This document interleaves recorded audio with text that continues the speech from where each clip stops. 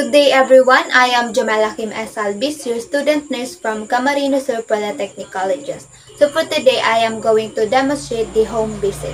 So let us define first what is home visit. A home visit is a professional face-to-face contact made by a nurse or midwife to a patient or family to provide necessary healthcare activities and to further attain an objective of agency. So the purposes of this, number one is to have a more accurate assessment of the family's living conditions and adopt in interventions accordingly. And number two is to educate the family about measures for health promotion, disease prevention, and control of health problems. And number three is to prevent the spread of infection among the family members and within the community. And number four is to provide the supplemental intervention for the sick, disabled, or dependent family member, and whenever possible, guide the family on how to give care in the future. And number five is to provide the family with greater access to health resources in the community by establishing a close relationship with them, providing information, and making referrals as necessary. During the pre-visit phase, if possible, contact the family and determine their willingness for a home visit. Good morning po ma'am, si Ginang Lardas po ba ito? Si Nurse Jamela po ito. So, nurse po sa barangay. So, nakuha ko po yung number nyo po based po sa last check-up nyo po sa barangay. So, tinanong po kita kung ano po yung contact number nyo po para if may katanungan or additional services po is pwede ko po kayo matawagan. Nakita ko po kasi na di kayo nakapunta last prenatal check-up nyo po dapat. So, i-confirm ko lang po ma'am if willing po kayo bisitahin sa bahay nyo po para may bigay po yung narapat na health services po. Okay po ma'am, so schedule ko na lang po kayo bukas ng alas 10 ng umaga. So okay lang po ba sa inyo yun ma'am? Okay po ma'am, so thank you po. Good morning ma'am Aida. So di ba po ma'am ikaw po yung PHW sa Zone 5 po? So, yung pasyente po kasi natin na si Ginang Lardas is hindi po nakapagpa-check up nung nakaraang prenatal check up po natin. So, kung pwede po, since ikaw po yung naka-assign sa Zone 5, kung madaanan nyo po, pwede po bang patanong kung okay lang po siya na bisitahin bukas po? Opo, sa bahay po nila. Okay po. So, tapos po ma'am, pasabi na lang po sa akin, bukas po, opo, kung okay lang po kay ma'am para mapuntahan po natin siya bukas. Okay po? Okay po, salamat po. So if the family is willing, then we can now appoint for a home visit schedule. So after assessing the willingness of the family, we can now formulate a plan which will serve as a guide of the nurses to conduct the home visit accordingly. So, good morning po sa inyo mga ma'am. So, ngayon po, magpaplano po tayo ng health services kay Ginang Lardas po. Opo. Kasi di po siya nakapagpa-check up ng last prenatal check up po natin. So, pupuntahan po natin sila sa bahay nila and nag-signify naman po sila na willing naman po sila magpa-visit para mabigyan ng mga health services po. So, yung mga nakita po nga natin nakasama sa ating plano sa pagpunta doon is magkakandak ng prenatal check-up po kasi di po siya nabigyan ng prenatal check-up niya po. And may isa din po siyang anak na di din po nabigyan ng services ng immunization. And di din po yun nadadala ni Ginang Lardas para mabakunahan po. And isa din po is para makapag-health educate tayo ng importance or kahalagahan ng pagpapacheck up ng buntis and at the same time nung pagpapabakuna ng mga bata. Isa din po yun sa mga problema na di sila nakakapag-avail ng services po. And also po, masyado po magkakalapit yung agwat ni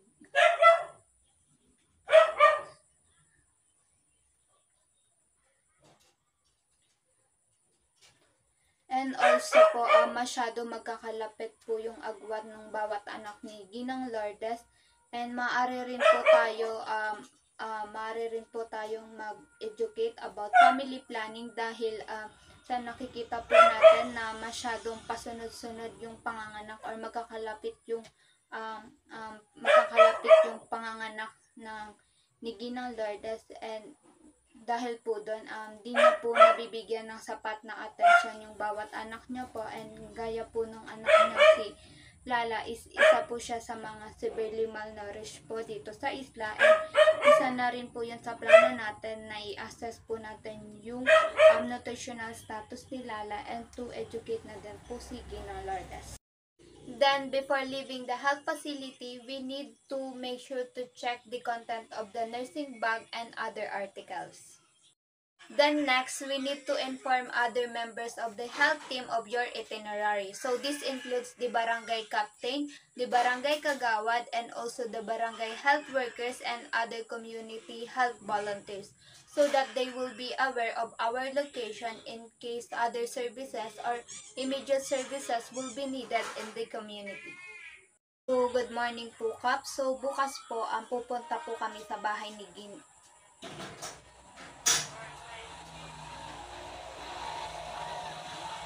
Good morning po, Kap. So, bukas po, pupunta po kami sa bahay ni Ginang Lourdes po. So, magkakandak po kami ng home visit.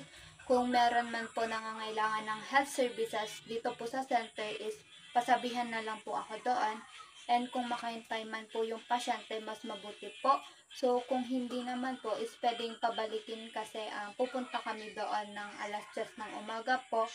Baka matapos po kami ng lunchtime po, alas 12.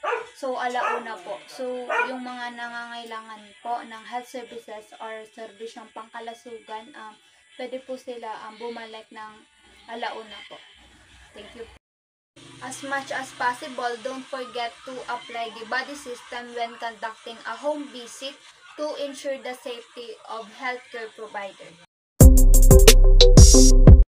We come now to the second phase, which is the in-home phase. So, in-home phase is divided into 3 phases. The first one is the initiation phase, and the second one is the implementation phase, and the third one is the termination phase. So the initiation phase, it involves how we will initiate our first contact with the family. So the first step in initiation phase is knock or ring the doorbell if there is one. At the same time, reasonably loud but non-threatening. Then we can now introduce and identify yourself as the nurse in the community. Tao po, Ginang Lourdes. Ako po ito si Nurse Kim, yung tumawag po sa inyo kahapon. Kami po yung magkakandak ng home visit po sa inyo. Opo. Upon entering the home, acknowledge the family member with a greeting and introduce yourself and the agency you represent. Magandang umaga po, sir. Ma'am. So, ma'am, ako po pala si Jamela Kim S. Albis. Ako po yung nurse na naka-assign po dito po sa barangay nyo po. Under po pala kami ng DOH. So, kami po yung naka-assign sa barangay nyo po para makapagbigay ng health services sa mga tao po. Opo, dito po sa barangay nyo po. At this point, observe environment for your own safety.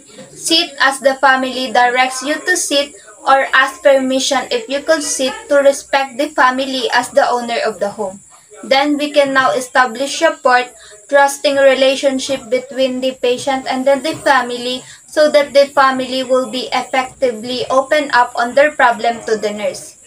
Then, state the purpose of the visit and source of information. So, yun na nga po, ma'am. Kaya po kami naparito or nag-conduct ng home visit kasi po nakita po namin sa record nyo na hindi po kayo nakapunta po sa health center. So, di ba nga po, buntis po kayo. So, last prenatal check-up nyo po, di po kayo nakapunta. So, kami na po yung nag-decision if pwedeng pumunta sa bahay nyo po para di nyo naman mapabayaan yung kalusugan nyo po. And regarding naman po sa inyong pagbubuntis, nalaman din po kasi namin na pati yung anak nyo po na si Danica na which is 6 months old pa lang po, hindi din po nakakakompleto ng nararapat na bakuna. So, nandito din po kami para at least mapabakunahan po siya and para po hindi po siya mahuli sa pagpapabakuna.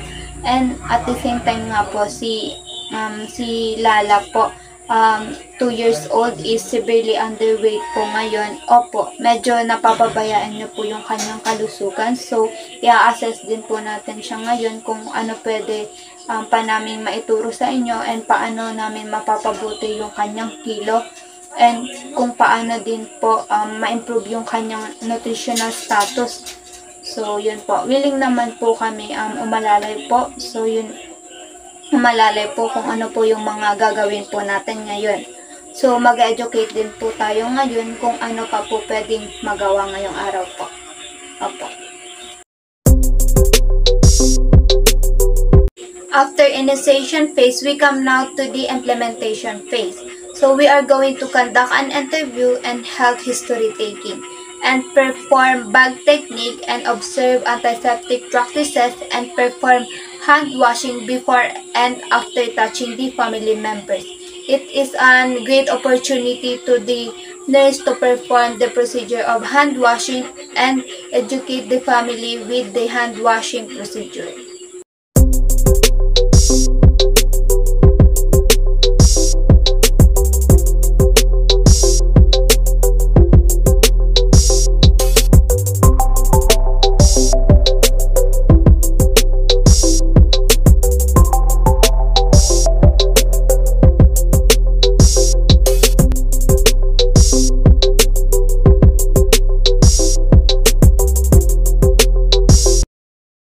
Conduct physical examination and simple diagnostic examination if available to the concerned family member. And provide physical care, health teaching, and counseling to the family as needed. If further services cannot be provided, then explore with the family other facilities for referral. So, nalaman ko po pala ma'am na si Ana ay may nararamdaman po pala dito po sa may parting likod or lower back pain po and mahapdi din daw po yung kanyang pag-ihi. So, para malaman din po natin na yung nararamdaman niya po ay dulot ng UTI or urinary tract infection na sinasabi or infection po sa ihi is kailangan po natin na ipatest yung kanyang ihi sa laboratorio po. So, meron po tayong mga laboratorio sa Nabwa po. Meron po sa RSU po na libre po yun, lalong-lalo na po sa inyo. Kasama po kayo sa 4Ps. So, ipakita nyo lang po yung MDR nyo po sa PhilHealth para ma-avail nyo po yung libreng urinalysis po sa center.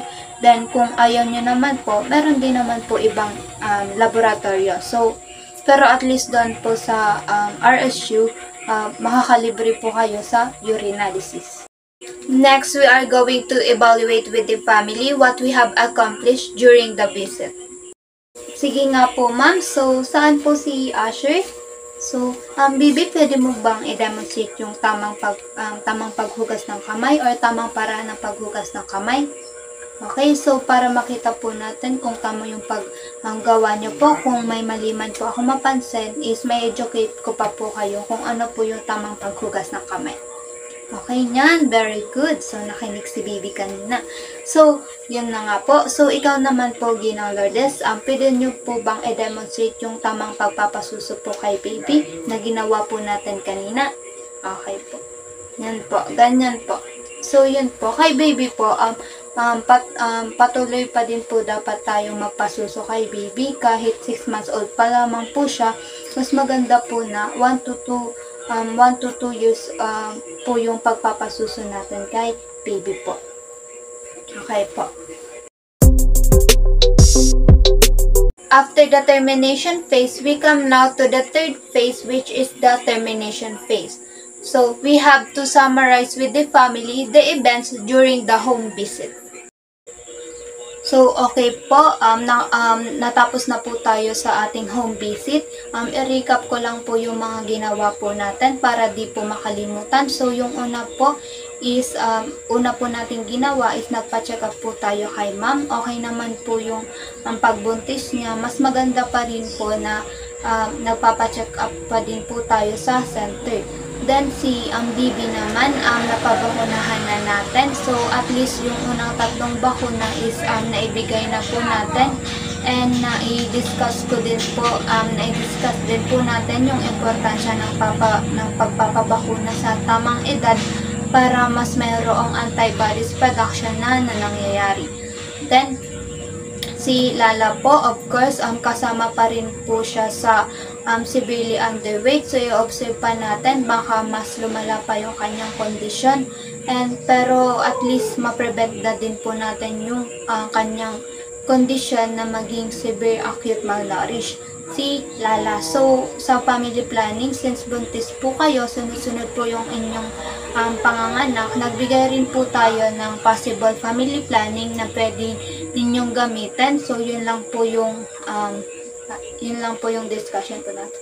So, yun lamang po. May katanungan pa po ba kayo sa akin? Feel free to ask me po or sumangguni po sa ating health center. Okay po.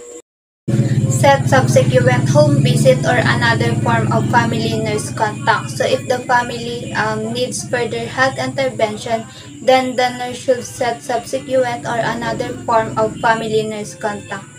Then, record the findings and thanks the family for extending their time for the home visit. So, tapos na po tayo sa home visit. Ma'am, sir, maraming salamat po sa lahat sa inyong pamilya. Maraming salamat po sa pagpapa-unlock nyo po sa amin, sa pagbibigay ng serbisyo po sa inyo. And sana po di po kayo magsawa sa pag-avail ng services po sa center. Yun po. Maraming salamat po. Then, return to the health facility. Then we come now to the third phase, which is the post-visit phase. So we have to document and record the event that is transferred during the home visit. If appropriate, referral may be made. Hello po ma'am. Ma'am Leia, good morning po. Ma'am nutritionist, i-refer ko lang po sa inyo ma'am yung bata po dito na inassist po namin na talagang kasama po siya sa severe underweight. Although hindi naman po siya kasama sa severe acute malnourished, although severely underweight pa naman po siya, normal pa naman po yung kanyang weight or length status po. Yes po. So, i-monitor na lang po namin. Tapos, kapag bumagsak po yung kanyang status into severe acute malnourished, i-refer na po namin kay doc. Okay po. Thank you po, ma'am. So, bukas po, pupunta po kami sa bahay ni Gin.